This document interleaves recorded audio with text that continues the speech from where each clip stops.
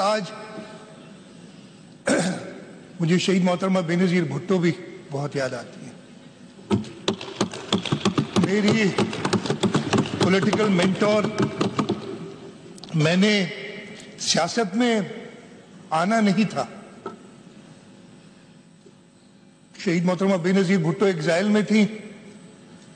वो जब बाहर तशरीफ लाती थी तो मुझे मौका मिला उनके साथ काम करने का।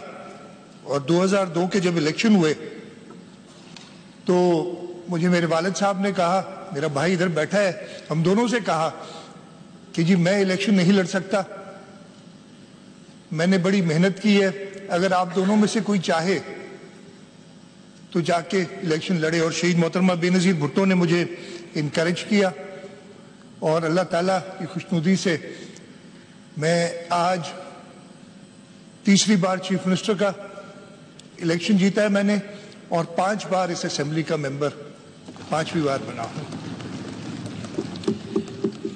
मैं अपनी फैमिली का शुक्रगुजार हूं, हमेशा मेरा जिस तरीके से साथ दिया है।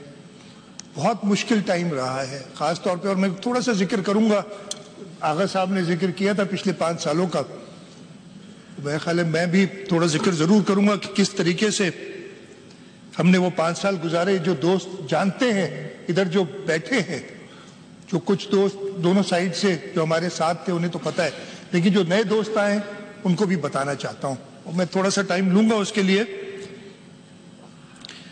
तो मेरी फैमिली ने हमेशा उस मुश्किल वक्त में मेरा साथ दिया और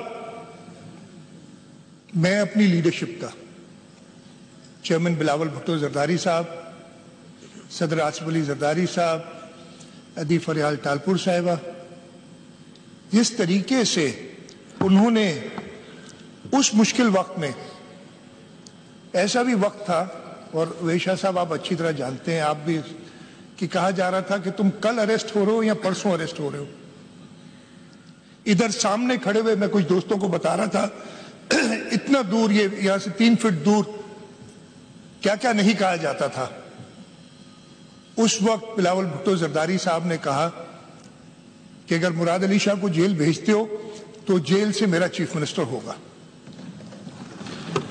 और यही वजह थी कि उनकी हिम्मत नहीं हुई, लेकिन उन्होंने बड़ा नुकसान पहुंचाया।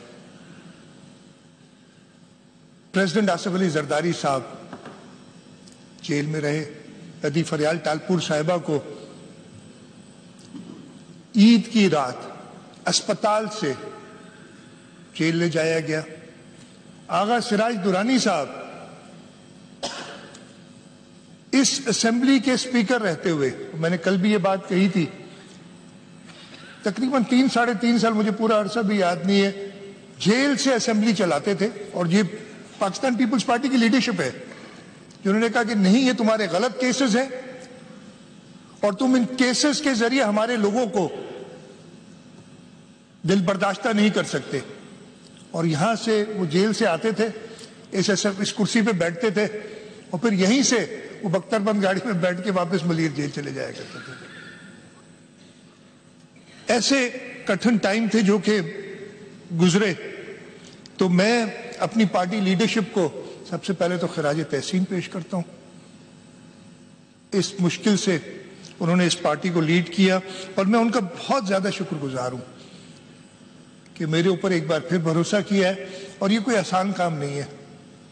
मैं भी ये जिम्मेदारी संभालते हुए कई बार सोचना पड़ता है जो मुश्किलात हैं मुल्क को इस वक्त, और थोड़ा सा जिक्र उनका भी करूंगा आगे चल के। लेकिन जब तक हिम्मत है, और अल्लाह ताला से यही दुआ मांगी है, इस दुआ यही की है कि वो मुझे वो कुव्वत दें कि मैं इन मुश्किल हालात से निपट सकूं और इस सूबे को और इस मुल्क की बेहतरी के लिए कुछ कंट्रीब्यूट कर सकूं।